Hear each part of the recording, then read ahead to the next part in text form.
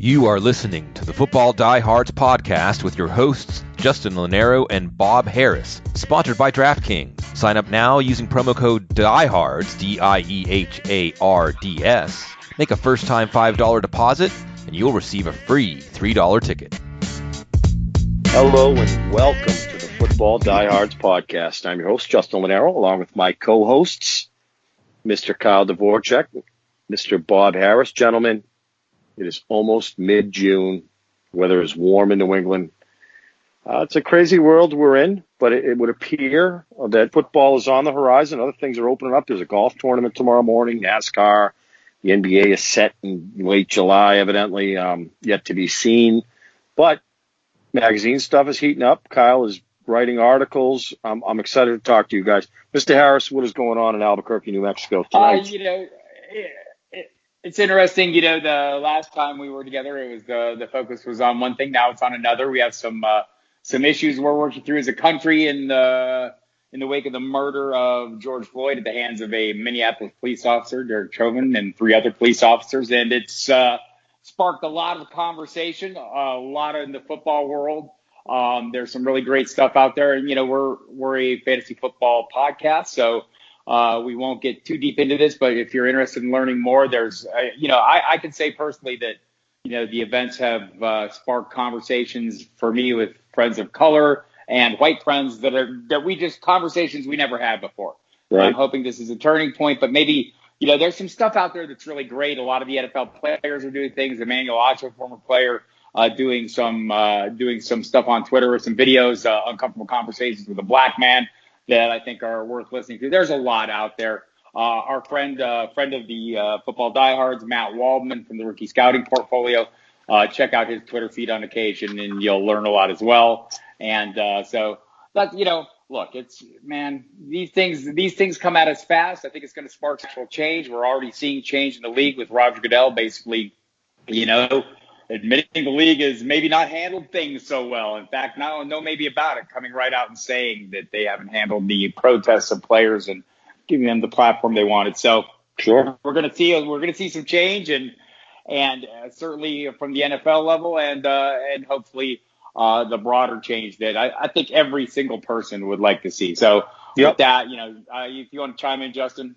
No, you summed it up pretty well, and I think that the moral of the story is conversations need to happen in this regard. I have biracial children, and these are conversations I'm going to have with them. I have an African-American girlfriend, so I have a podcast outside of my podcast with you guys called Disturbing the Peace with a black gentleman from Bedford-Stuyvesant, Brooklyn, and it's a lot of race stuff. And the fact of the matter is, being white from the Northeast, you don't know what you don't know. I mean, and then we make excuses, or I'll say something like, I grew up listening to rap or Jordans, and wearing Michael Jordans, you can offend people. But the more conversations that you have, the better off, because I think that a lot of people are under the assumption they know race issues, and they really don't. So I think the good thing, what you said, and it's 100% accurate, conversations need to occur.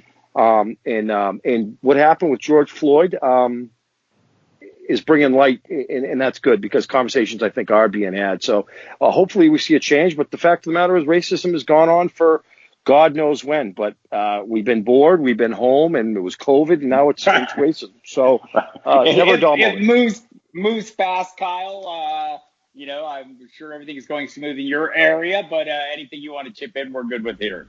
Yeah, no, I think it is just incredibly important to have those conversations. Like, I don't know, it feels like this may finally be a chance after so many incidents like this have happened before, right? And there has been no change. And I think this is like from I saw this first on Jon Stewart, but like, if you are sick of hearing like your favorite fantasy football podcast talk about race, imagine how hard it is living it. So I hope, I hope for once, and I hope with a sense of optimism at this point, because it does feel like we are making the smallest change, and maybe it's not enough yet, but it's a step in the right direction, that this will change things.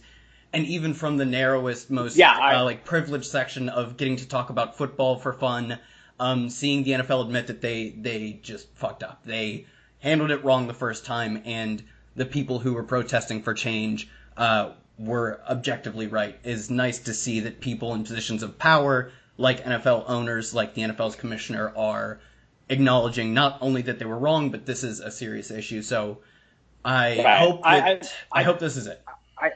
I think the issue with that is we'll have to see how this goes going forward. Is it just Right. something they're doing in the moment to to shut everybody up? The concern, right? So, but look, I think when an old white guy, me, raised by older whiter people, is saying that about what the league's response is, I think that tells you this is a great time, and hopefully we will make a little bit of progress. And so, with that, we will dive into the thing we are here to do, and that's talk about the fantasy football, the upcoming NFL season, and how it relates to the hobby we so love. And so one of the players, my favorite players, one of the guys I've been investing in heavily, every time I get a pick about number 4, Dalvin Cook ends up on the roster because I love him. Love everything about him.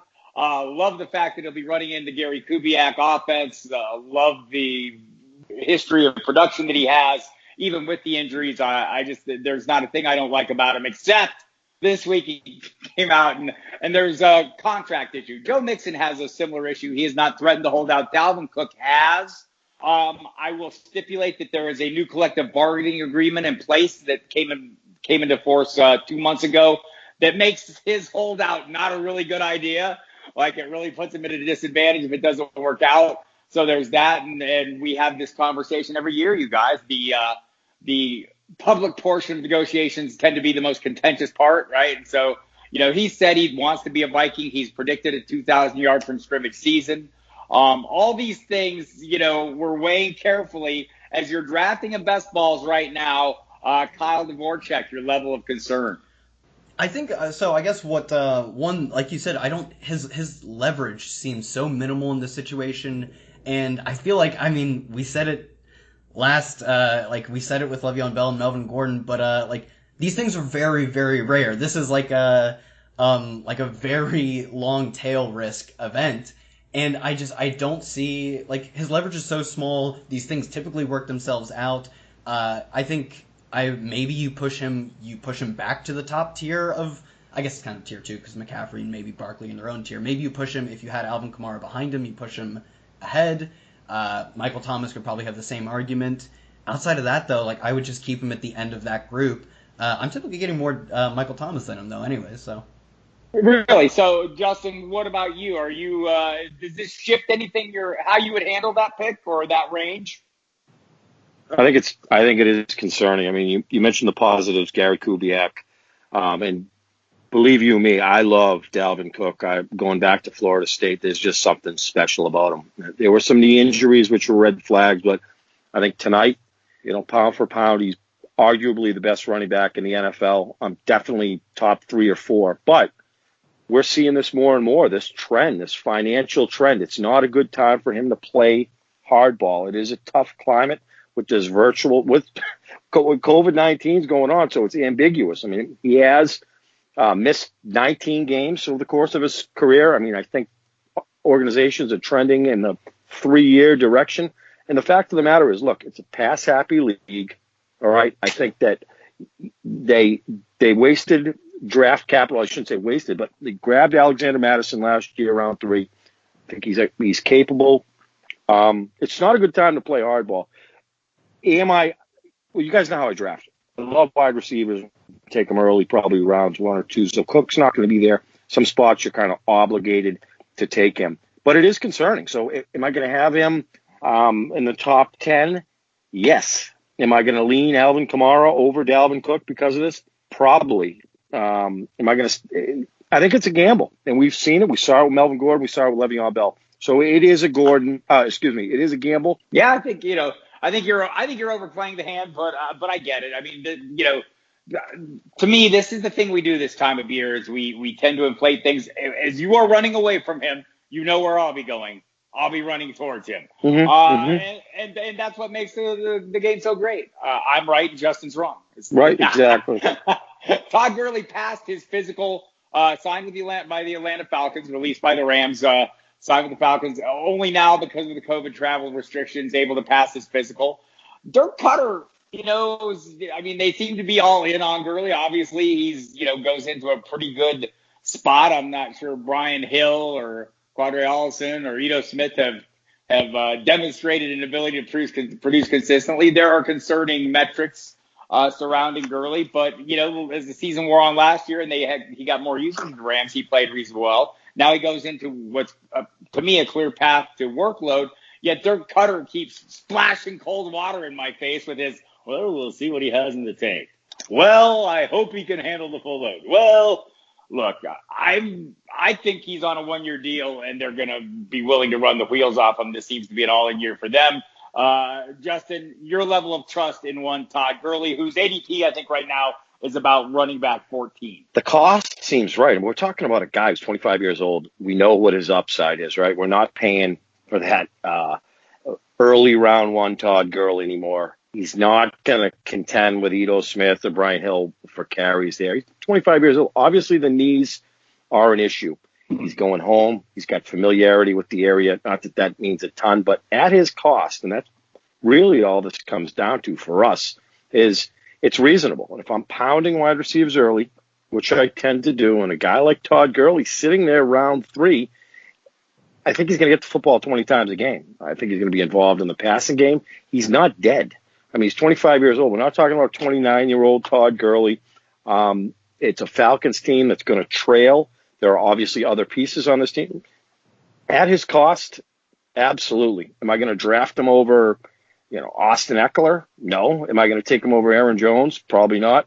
But once you start getting into that Melvin Gordon, Le'Veon Bell terrain there, I'm gonna have my shares of Todd Gurley, and I think he's going to be a starter week 1. I think he's going to want to prove some things, and the fact that he's only 25 years old, in the thick of his prime, seen incredible numbers. I want in. Kyle, I'll let you chime in on that one as well, but I want to ask you, the Hayden Hurst hype continues to grow. Look, he's up to like tight end 10. He's moved past Jared Cook. I blame my serious co-host Mike Dempsey for single-handedly driving up that ADP by drafting him in like the second round of every draft. No, I kid. Kyle, are you buying the Hayden hype? And how do you feel about Gurley? So with Hayden Hurst, I think he's fine, but I think the hype is really is what is going to have me off of him. He was fine when he first got signed there, and people were like, he sucks. He's probably not the greatest. He won't be Austin Hooper, but he was fine at that price, but he's probably shot up like 4 or 5 tight end ranks, and guys like you said, like Jared Cook, I would imagine like Noah Fant is going behind him, probably like a TJ Hawkinson. These are all, Mike Gesicki's a really good one. Like, they're just guys I'm going to inevitably get more excited about at a lower cost. So I don't think he's like an egregious pick at tight end 10. You're not spending that much to get tight end 10, but there are tight ends 11, 12, 13. Mike Gesicki, maybe the best example. That's a really good one. That I would take over him. So I don't think it's egregious, but he's not, there are better guys behind him, and there are a number of better guys behind him. As far as Todd Gurley, I'm just not taking running backs to that spot. Like, that is historically, like that late second to third and fourth round is historically where a lot of the running back busts come from. And, I just not taking running backs there. The wide receiver values are, I think, much better, when you look at like the second, third round, even going into the fourth. There are just so many running backs getting pushed up, because everyone wants their bell cow running back, but they're not all going to be that way. Like, even when you look at guys like in the first round, basically, Derrick Henry and Aaron Jones are like not going to be bell cows in the way that everyone is paying for them, in my opinion. So I'm just taking a lot of receivers there. I don't think Gurley is awful, especially since I believe that a lot of running backs' production is just based on the offense they have, on how they are used, as opposed to his physical talent. Like, if his knees aren't great, that's probably okay. Like, the Falcons run a really good offense. Devonta Freeman was like mega also dusted last year and put together a number of really useful performances, especially because of receiving output. So if Todd Gurley takes on that same role, he's fine, but I just I'm taking receivers there. All right, we'll move on. And I know one thing I will let everyone know, that Justin is going to have to get a different set of waiters to wade in the sea of mediocrity. Yeah, it's deeper. It is deep, man. It is deep. I remember you were talking about Hurst when he was drafted. Wasn't he about 27 years old then? We weren't too keen on him. You look at the Falcons offense, you say, wow, maybe. I like the opportunity here. Sure. Yeah, I like the opportunity here. And you go, this goes back to Cutter Exactly. Has the heavily targeted tight end. He was there when Tony Gonzalez was there. Not that, either Austin Hooper or Hayden Hurst could fall into that category, but just the heavy targeting we saw increase over the last 3 years. All right, in Tennessee, offensive coordinator Arthur Smith is trying to tell us that maybe Derrick Henry doesn't need the ball so often. Derrick Henry's stats last year tell us a different story. He led the NFL in carries, rushing yards, rushing touchdowns. He had 600 plus yards after contact. I mean, he was amazing. So Darrington Evans is a smaller player, the kind of similar it would seem to Dion Lewis, who we didn't see a hell of a lot of with King Henry making the rounds. Justin, is this anything that would scare you off? Or are you hoping it scares others off so you might get Derrick Henry at a slight discount?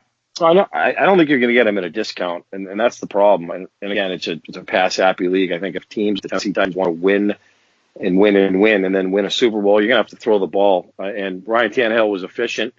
I don't know that King Henry can sustain what he did. And the fact that he's non-existent in the passing game is troublesome, especially in fantasy circles. So, again, he's a guy you're going to pay a first-round premium for. If I'm a defensive coordinator, he's my priority number one. I just don't see him being able to do this. So am I going to exhaust a first-round pick? No. Am I going to take him over Alvin Kamara, Zeke, Dalvin Cook, Barkley, McCaffrey, maybe not even Joe Mixon or Nick Chubb at this point? And it primarily contingent upon the fact that zero involvement in the passing game. I don't like that at all. You're relying on heavy volume. And again, it's just unforeseeable to see him do this back-to-back season. So, yeah. I believe Jaguars defensive coordinator Todd Wash somewhere is looking at you with that what? Anyhow, Kyle, we'll move on to Seattle. Carlos Hyde stated the obvious, or at least what's been obvious to me. Carlos Hyde signed recently. Rashad Penny coming off the knee injury seems like he'll open the season up. They added some depth in. Carlos Hyde showed interest in Devonta Freeman, but Hyde is the man. So the first thing Hyde told us at his first press conference, Chris Carson is a starter. And, I've been all in on Carson. I think he's one of the better priced running backs right now. What is he, about the 21st guy off the board, I believe, or right in that range? Yep, right in that range. I think that's a sweet spot for him. The heavy usage he's received, it seems like Pete Carroll and Brian Schottenheimer, he's the apple of their eye. So, Kyle, tell me why I'm wrong on this one. Tell me why Chris Carson is not one of the best priced running backs right now. I'm actually, Chris Carson's one of the few times I might be breaking my rule of these mid-round running backs. It's very funny. He played 15 games and had I think 30 less carries than Derrick Henry. He averaged 2 less per game, and he got way more receiving volume, 37 receptions to Derrick Henry, right around 20, I think. It's just it's actually incredible. Yeah, so he had, I believe it was less. Derrick Henry had 303 carries. Chris Carson had 278. And that's 25 less, and he had 47 targets to Derrick Henry's 24. Their volume is so similar. It's just the efficiency that makes us think Derrick Henry's a first-round pick, and Chris Carson is, what is he, a third, fourth-round pick? It's actually even a wider, or less wide discrepancy in their volume than I thought. And now we have assumedly it doesn't look like Rashad Penny is going to be able to start the season. That seems very unlikely. And Carlos Hyde, I don't, I guess the best part might be that I thought Rashad Penny could be a viable receiver, and now he is not there. I don't think Carlos Hyde has that same skill set. So, we might even see a little bit more progression from Carson as a receiver. So, Chris Carson. I would not be surprised by that either. Yeah, Chris Carson, I just think, man, the volume you get to buy in for his price is pretty dang good. And on offense, it's really good, too. Yeah, I would totally agree with that. And Justin, so Daniel Jones, guy I've been drafting, he is the quarterback, the apple of my eye at quarterback this year.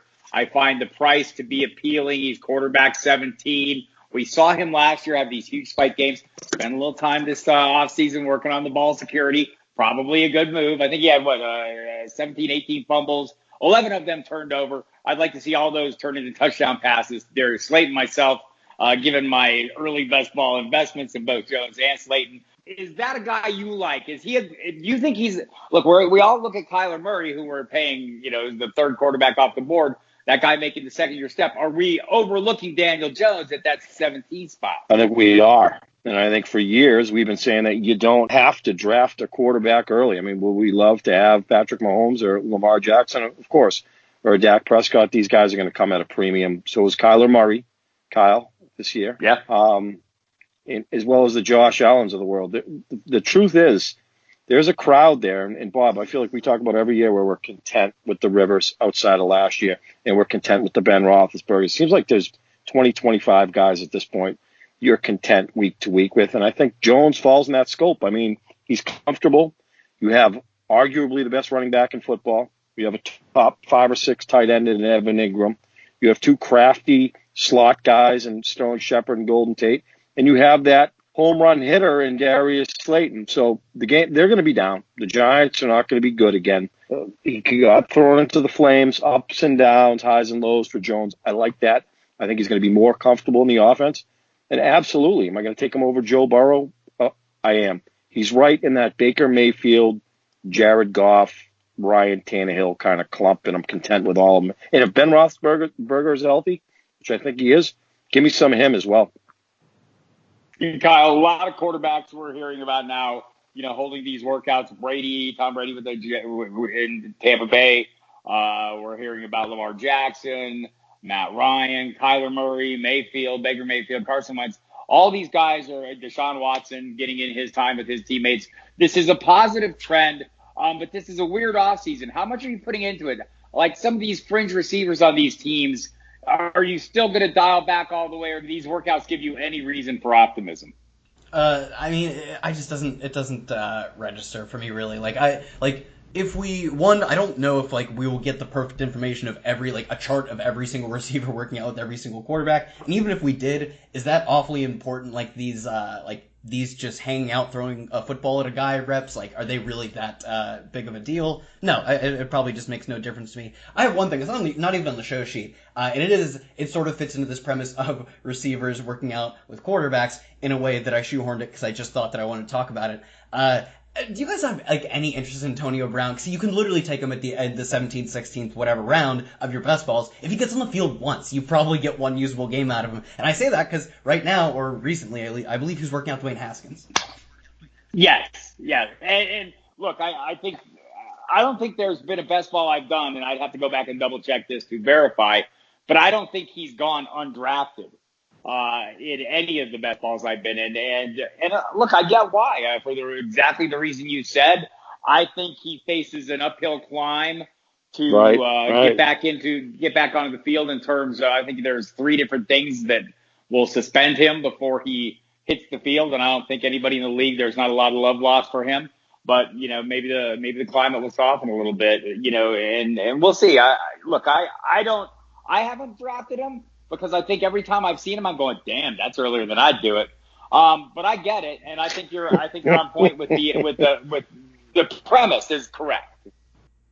Yeah, I think I saw him go really late in one of my best ball drafts, and I scooped him up, and that his name just popped up. I was like, oh, that's a guy who still is on the face of the earth, and that's why I drafted him for the most part. Otherwise, I don't think I have much of him. But I was curious. I was like, he was a guy I haven't thought about for a while. So look, we'll be chasing him for the radioactive half-life of great receivers, according to Josh Gordon, is about 7 years, right? So I mean, you have one big season, and we will chase that because that's what we do. We're fantasy owners, and look, there's a lot more to hang your hat on in the case of Antonio Brown, certainly, than there has been in Josh Gordon for quite some time. So I'm all on board there. So guys, let's dive into some running back committees. I thought that would be a good topic for us to run through because we're not going to get to all of them because almost every team has one, but there's some that are a little more interesting, I think, than others. And so I'll go with those. The Baltimore Ravens led the league, who had a record-setting rushing attack last year, led primarily by Lamar Jackson and Mark Ingram. Now we have J.K. Dobbins coming to the mix, a fantastic rookie. We've talked about him. There's Gus Edwards and Justice Hill in the mix. Justin, how are you approaching this one? I think a lot of these cases, savvy drafters are drafting the cheaper component, but that doesn't always work out. How do you feel about the Ingram-Dobbins? Because I think that's the split right now, right? Yeah, tonight it's got to be Ingram, Dobbins, and Hill. Obviously, Gus the Bus is that plotter, but they're all on the depth chart tonight. So their identity is to run the football. So I think Mark Ingram's one of these guys where, he's getting older, but he's going to be a large part of the offense, like it or not. I think Dobbins is going to be as well. So in their price range, interestingly enough, you're not going to break the bank for any of them. I'm not opposed to grabbing Mark Ingram and Dobbins just for the sake of occupying that backfield. Get to see the best out of Justice Hill, catching passes out of the backfield. But one thing is for certain, it is their identity to run the football. We're not going to see Lamar Jackson carrying the football 20 times a game anymore. I think Mark Ingram has still got some, juice left in the tank. And 200 carries this season, I'm fine with that. RB 26, 25 right now in that Raheem Mostert, DeAndre Swift range. I'll take it. Tonight, Mark Ingram is your running back in Baltimore, and then Dobbins is going to touch the football as well, just not as much. Yeah, I think I'm willing to wait on Dobbins a little bit and not pay for Ingram at this price point, but he does have a long history of sharing. I think there's a little more tread on his tires than most guys that age. And I think Kyle, 3 of his 1,000-yard seasons have come in the last 4 years, so there's that. Anything you disagree with what Justin said? Yeah, Mark Ingram just ain't getting 200 carries. Like, he got 202 last season. He didn't play the final game, and I think he missed, some of his penultimate game. But, they drafted J.K., guys who get drafted as early as J.K. Dobbins get a decent amount of run, and Mark Ingram, despite playing on a very run-heavy team, didn't dominate the backfield. He got 202 carries, that's fine, but he is not getting that much, and also his receiving numbers are about to get, wrecked. He scored five touchdowns on less than 30 targets. That is, we talk about Derrick Henry being solely unsustainable. The touchdowns, even, if you, accept the fact that they are going to score a lot of touchdowns on the ground in general, he got 10 on 202 carries. Even if you just granted him those, the 5 receiving touchdowns are gonna get pummeled because one, it's not like he is a dynamic receiver. He was just the beneficiary of an awesome Lamar Jackson season that we all can agree he's not gonna have one of the best touchdown percentage seasons in the history of the NFL again. So his touchdowns are gonna come way down. His total carries are gonna come way down. I have a little bit of J.K. Dobbins just because I maybe it's just me being a sucker for I think his talent's good and I think his draft capital gives him some opportunity. I think he has a decent chance to be very Miles Sanders, where it does take him some time to get on the field consistently, but he makes a ton of splash plays. Miles Sanders in a season that basically he started out as a backup, put up 1,300 yards from scrimmage. I think he has that type of Dobbins has that type of ability, and both in that just the general role, but also he's a really good receiver too. So I think I'm interested in Dobbins. I'm not having any Mark Ingram. Won't have it. All right, let's pivot over, Kyle, to the Indianapolis Colts, where the apple of my eyes again. I have many of them. Jonathan Taylor is one of them. I think an ideal player in an ideal situation, but Marlon Mack is in the way. Frank Reich called them a 1-1 punch and then proceeded to further douse me with cold water by suggesting that Nyheim Hines is maybe similar to Danny Woodhead, who he coached. Frank Reich and Nick Sirianni, the head coach and offensive coordinator, coached in San Diego when they were with the Chargers, calling him a situational, a role-playing starter. I didn't want to hear that. How are you handling this backfield, Kyle Dvorchak? Yeah, I'm just super not interested in it. I really, really love Jonathan Taylor. I thought he was, to me, he was very clearly the best running back, one of the better running backs in recent years, and we've had a string of great running backs coming out. But if they are telling us that he is not going to get the ball a ton, if they're telling us that he is not going to, get a large market share of his team's offense, then I'm going to believe them, especially when I don't believe in this offense a ton. Philip Rivers was bad last year. He was objectively just out there slinging ducks, and he had a great crew of receivers able to sustain their offense from bottoming out. I don't know if he can do that again this year. And if this offense bottoms out, and also if they want to run the ball a lot, either Philip Rivers has to be good with it. Any team, your quarterback has to be good for your offense to work. And if their quarterback is not good, unless you're the Titans of last year or you have the greatest running quarterback of all time, like the Ravens, a ground-based approach just isn't going to work, especially when they don't even have the best defense in the league. There are so many things you need. What I'm trying to say is there are so many things you need for this ground-based approach to work, and that offense just isn't one that works in the modern NFL. So if they tell me they want to run this ground game, I'm like, oh, good. I won't have any of your guys in fantasy, so I'm not gonna have any of them. I will say, as the price drops on Taylor, he becomes even more irresistible to me, and that's on me. Justin, let's look at another backfield here. The Buccaneers in Tampa Bay. Our friend Casey Joyner, the football scientist, really likes Ronald Jones. The Bucs drafted Keyshawn Vaughn, pretty productive last couple of years in Vanderbilt, but we did see Jones flash a little bit. The thing is, both of these guys, Jones turned out to be a pretty reasonable receiving target last year. Vaughn, that's one of his things. Tom Brady now, hence to target the running back heavily. Is there one of these guys you would prefer to invest in over the other? Not really. I mean, and they're both in the same range between RB 35 and to 40. So why not have them both? On one thing's for certain, we're going to want pieces of that Bucs offense. And for Keyshawn Vaughn's sake, he better be able to chip. I know they want added weaponry. I mean, he better be able to. They beefed up the offensive line. He better be able to block. So they do like Jones. Jones is young. I think it's going to be another committee, similar to Indianapolis, where Marlon Mack was good. He's been good, non-existent in the passing game, but good enough. So it's it might be a situation where for me, I own both of them, or I own none of them, because I don't want to play eeny, meeny, miny, mo. The good thing is Peyton Barber's out, but another thing for certain is I want to have pieces of that Bucs offense and preferably on the cheap. Yeah, I'll buy into that. And I too, I always question the young players coming in, the rookie running backs. Job one is pass protection. And in the case of Tom Brady under center, it's probably job 1 and 2. So we'll see how that one plays out. The 49ers, Kyle, Raheem Mostert thinks he earned himself a Hall of Fame ticket with his late season run last year. They traded away Matt Breida, but we still have Tevin Coleman there. There are some other pieces in that offense. Are you buying this as if Raheem Mostert goes in there locked into a featured role, and are you drafting him like that?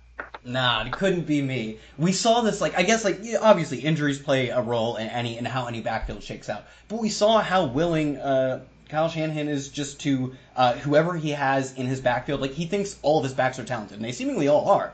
Which means that just whoever is, he will just ride whoever is, closest to him on the sidelines, or whoever gets hot when they get a long run. We even saw Tevin Coleman getting a lot of run in the playoffs. And I think Tevin Coleman is actually a very solid value. And I think you mentioned at the top, so many of these times, the ADP between the first running back in a backfield drafted and the second running back in a backfield drafted would say that we are very certain we know what's going to happen. And we should just not be that certain. We are not nearly as right as a fantasy football collective in picking out backfield. So just take the cheaper one and take the expected value. Yeah, I think that's I mean, you're probably going to hear that a lot on this podcast from all of us. Is the value is the one we want, especially where we're playing. I think Justin, the next backfield I want to bring up is even trickier. We got the Detroit Lions, DeAndre Swift, arguably the most explosive running back in this year's draft. Kerryon Johnson, a guy who's flashed briefly but hasn't been able to stay healthy. There are some other pieces in the mix. We saw Bo Scarborough come on last year. I don't know. I think we're focusing on the top two. Right now, Swift is going well ahead of Johnson. How do you feel about this duo?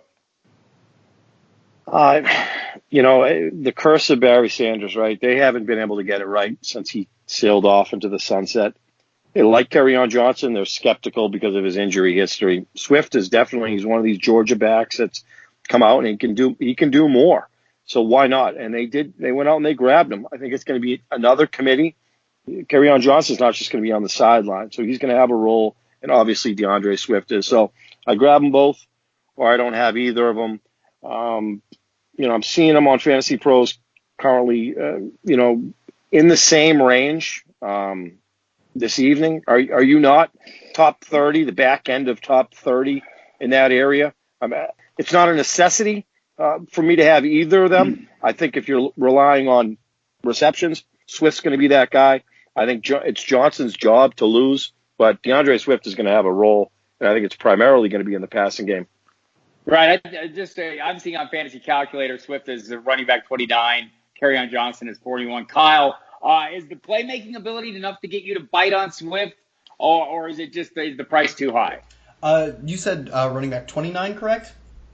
Yes. Yeah, I think at that point your opportunity cost around there is totally viable to draft him. I don't know if I'm getting him there every time, but you're not having to pay Jonathan Taylor, or even like I love the Chiefs offense, but even like Clyde Edwards-Helaire prices to get these guys. Your opportunity cost isn't high. So I think DeAndre Swift is a much more palatable selection. I still don't like, I really struggle to believe that this is a team that is going to give any back enough work for me to really care. Because we saw they had Kerryon Johnson, who I thought was a perfectly fine, talented player, like ceded work to like LeGarrette Blount at points, C.J. Anderson, I believe, and Bo Scarborough. Like, they were giving these other guys a significant amount of run when Kerryon, I can't imagine, was not the most talented person in that backfield. So I'm just not confident in this offense. One, caring too much about running the ball, because we saw how incredibly pass heavy they were with Stafford and how much it worked. He was on fire.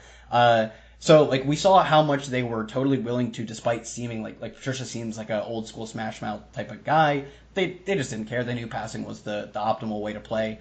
And even if they did, move more towards the run, are they going to give the ball to one guy?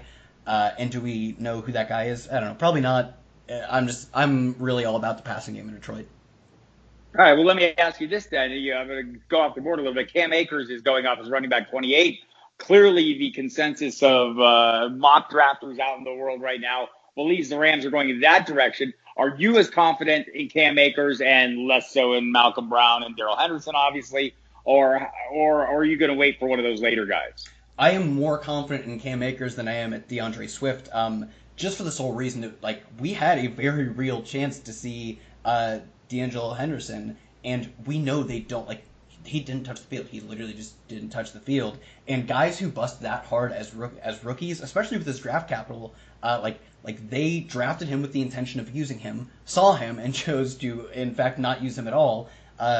Guys with that kind of draft capital that flame out that hard in the rookie season rarely ever really put together a successful NFL career. So I think Cam Akers has a much more viable path to get to touches. And also, I am more confident in the Rams at least believing that their offense needs to run through this style of running backs. Even Gurley with his decrepit knees was still getting a decent amount of work. If he had just been modestly efficient on it, I think he's probably still with the Rams. Right. The decrepit knees are another reason for concern for Henderson too, right?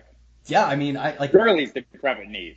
Yeah, no, they had there was no reason for them not to play him essentially, and they just did. They just blatantly saw that he was not a guy they wanted to even consider putting on the field. And Malcolm Brown is not very good. And I get that they signed they signed him to, I believe it was the second round tender the year before. Yep. But it's not like they risked, that sounds like they risked a second round pick on him. That's not really what that means. And he had been a backup for his entire career, and last season was still a backup. I think they have two backups and Cam Akers on their team, and I'm much more confident that they will give Cam Akers the ball than DeAndre Swift will get the ball. Justin, in Denver, the Broncos will be having Melvin Gordon vying for carries with one Philip Lindsay. Oddly enough, both Gordon and Lindsay have recently proclaimed Pat Shurmur's offense is ideally suited to them. In your mind, who is it ideally suited? Is one of them more ideally suited? We see Lindsay coming off a couple 1,000-yard season, undrafted rookie. We know what Melvin Gordon has been touchdown dependent. Is there one of these guys you prefer over the other, given their current pricing? It's probably going to be Lindsay, and I'm skeptical. I feel like we've had this conversation. I know Kyle's not a huge Philip Lindsay guy, primarily based on his size, right? I mean, we didn't think he could. He had 200 carries last season. Royce Freeman's still on the depth chart tonight, right? I mean, our friend Brad Evans seemed to think last year this time that Royce Freeman was going to have a prominent role, and it has not worked out for whatever reason or not. Again, we're heading in that direction, and we've been talking about this for years. Every team has some form or committee. I cannot justify tonight spending on Melvin Gordon in that Chris Carson range, or Le'Veon Bell range for that matter, being ambiguous, where I think Philip Lindsay's going to get the ball. Royce Freeman might get the ball. We know it, like you said, Melvin Gordon's touchdown dependent, has had some injuries, hasn't done a ton in a couple of years. They're going to need to score points in the AFC West, bottom line. And their points are going to come from Drew Lock and his development and the air-rated, attack in the passing game. So it's just another situation, kind of like the Lions, kind of like the Colts, kind of like the Ravens, where I'm going to occupy the whole backfield so that nobody else in my league can have somebody else, or I'm going to fade the situation completely. Yeah, I don't disagree with a lot of that. Although I think Melvin Gordon will have some touchdown equity, and that makes him of some interest, but not at his current price. The Chargers, and I only bring this up because of my inability to look away from Joshua Kelly, who I think is going to be much better than people believe. Justin Jackson is there. Obviously, Austin Eckler is the primary back, but we know that he's built to share. Kyle, do either of the lesser guys interest you, given their current prices, which are fairly low, right? Yeah, their prices are really low. You can get them as your fifth, sixth, seventh running back even. I actually have a lot of Justin Jackson, but I don't have a strong opinion as to which one. Do I believe that we saw enough from Justin Jackson last year that he has a significant edge over Josh Kelly? Absolutely not. I have no clue. I have a decent amount of both of them. I have more Justin Jackson, but Josh Kelly is fine. And I do think that we saw from last year, Eckler got Eckler is so good, and I think it's disappointing to see how they used him. They very much, despite him he went to town with Melvin Gordon out, and they absolutely threw Melvin Gordon back in, despite seeing how much better Eckler was. Especially they were both not that great as running backs between the tackles, but just getting Eckler on the field was so much more efficient, based on what he can do in the passing game, and they were fine to just only use him as that. So I think there is very much a role for one of these backs, either Kelly or Jackson, to occupy, and it will be a fantasy relevant role. And they're just not priced like that. They're priced like pure backups. They're priced as if there is no role, as if Eckler is just this 3-down back, which I think it's pretty clear he's not going to be that. So, and then on top of that, Eckler could just get injured. They have the handcuff value and the standalone value that a lot of the guys in both of their ranges don't have. So I have some Josh Kelly and a lot of Justin Jackson. Both of them are good picks, I think. I think that makes perfect sense. Justin, in Miami, the Dolphins have a new committee, it appears. We'll see if Ryan Fitzpatrick leads it as he did last year. That tells you why Jordan Howard and Matt Breida are both in Miami right now, because the triumvirate of Patrick Laird and Myles Gaskin and Kalen Balazs, not good. So what about Howard and what about Breida? They're kind of similarly priced, and I think in a reasonable range. It wasn't too long ago we were talking about Jordan Howard in Chicago being one of the better running backs in the league from a volume standpoint. They replaced him with David Montgomery. Another guy that's non-existent in the pack game. Look, this team was dead last in the running game last season. You have a committee now; they're going to be losing a ton. Matt Breida was a guy, we loved him in certain spots in San Francisco. A lot of injuries in that backfield, so he would have his moments. But this doesn't seem like a team that's going to rely heavily on the running game to win football games. And they, quite frankly, they can't. You're going to see the Bills twice. You're going to see the Patriots twice. You're going to need to score points. That's not going to come with somewhat of a plodding Jordan Howard or Matt Breida.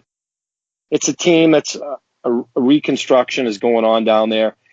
I suppose for the price, and that's what makes DFS so special, is we'll look at players like this week to week. I would say it's Jordan Howard, but again, guys like Pains, like Phillip Lindsay and Matt Breida, find their way onto the field. I have no interest. It's Jordan Howard. We're just seeing the trajectory go down and down and down, and his ultimate discipline is now he's a part of being on the Dolphins. So not a lot of interest. I'll take him based on the price. I like to load up on running backs. I think it's important to have that depth, but not a ton of allure in that backfield. Kyle, I'm going to pull a fast one on you, Buffalo. Devin Singletary, I'm noticing it going off at running back 22 right after Chris Carson, before David Montgomery, Raheem Mostert, Jonathan Taylor, Mark Ingram, Cam Akers, a lot of the players that we've talked about here. He'll be sharing with Zach Moss, it seems likely. Moss, the big body, maybe the Gore replacement. Is Singletary way overpriced here? I think he is. Yeah, I the best running back in Buffalo plays quarterback, and his name is Josh Allen. He gets enough goal line work combined with the work that we saw Frank Gore take that Singletary just plays the between the 20s. He is not going to get these high leverage touches. And based on how Josh Allen plays, I don't know if Moss is going to get them either. Just not really interested in either of these backs because the best running back, like I said, is Josh Allen, and he's not a bad value, but he is kind of getting priced up at this point. And just one other for you, Kyle, here. Washington Redskins, Darius Geis coming off as running back 31. Adrian Peterson, I'm getting in the last round of best balls. They've got other bodies there. This is truly has the makings of a huge committee, too. I mean, I'm not saying Bryce Love is going to get healthy and make a contribution, but, I mean, they've brought in Peyton Barber. They brought in Antonio Gibson. They have a lot of bodies there. Is Darius Geis a guy that you can lean on, or would you just rather wait till the end of the draft and get Adrian Peterson?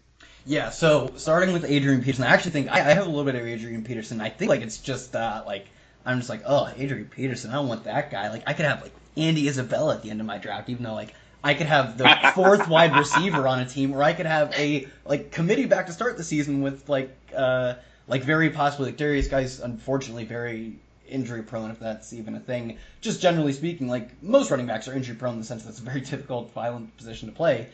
We saw Adrian Peterson not only come in and get volume, but the dude legitimately still had juice. I can't deny that. So he is a good pick, and I have sort of had to stomach that he is a good pick and take him in a handful of end of my best balls. The Darius Geis, I want to believe that he is a special player because he did look very good when he got on the field.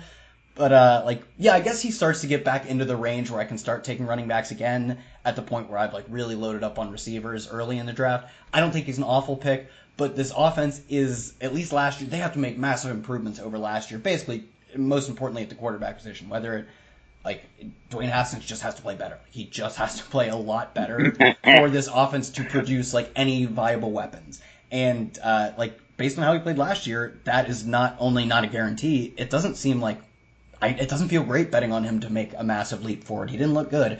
So Darius Geis, as much as I want to say he's talented, and I've taken him a few times when he slides, Adrian Peterson is probably just a better value because, free is an awesome value.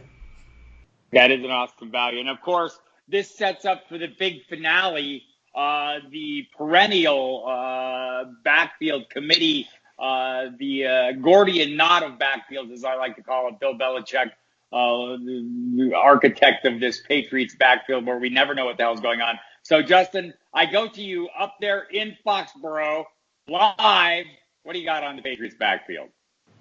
Well, the offense as a whole is going to look slightly different, I would imagine.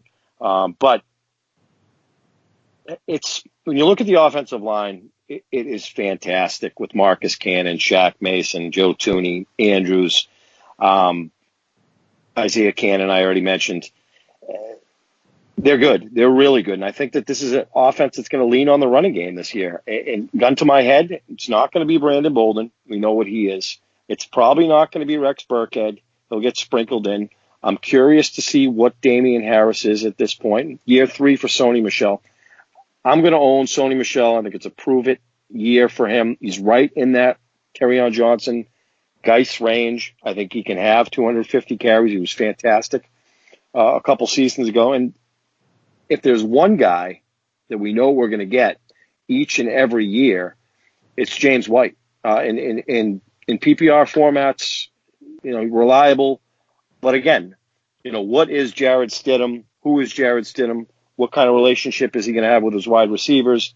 Bill Belichick might scale things back, simplify things for him, not ask him to do a ton in this ground game behind this fantastic offensive line. As far as I'm concerned, on paper, when healthy, they could do some real damage. Now, like you said, it's eeny, meeny, miny, mo here. So tonight, could I tell you how it's going to be? No. But I can tell you right now, Sony Michel is going to have the keys week 1 for the starting role.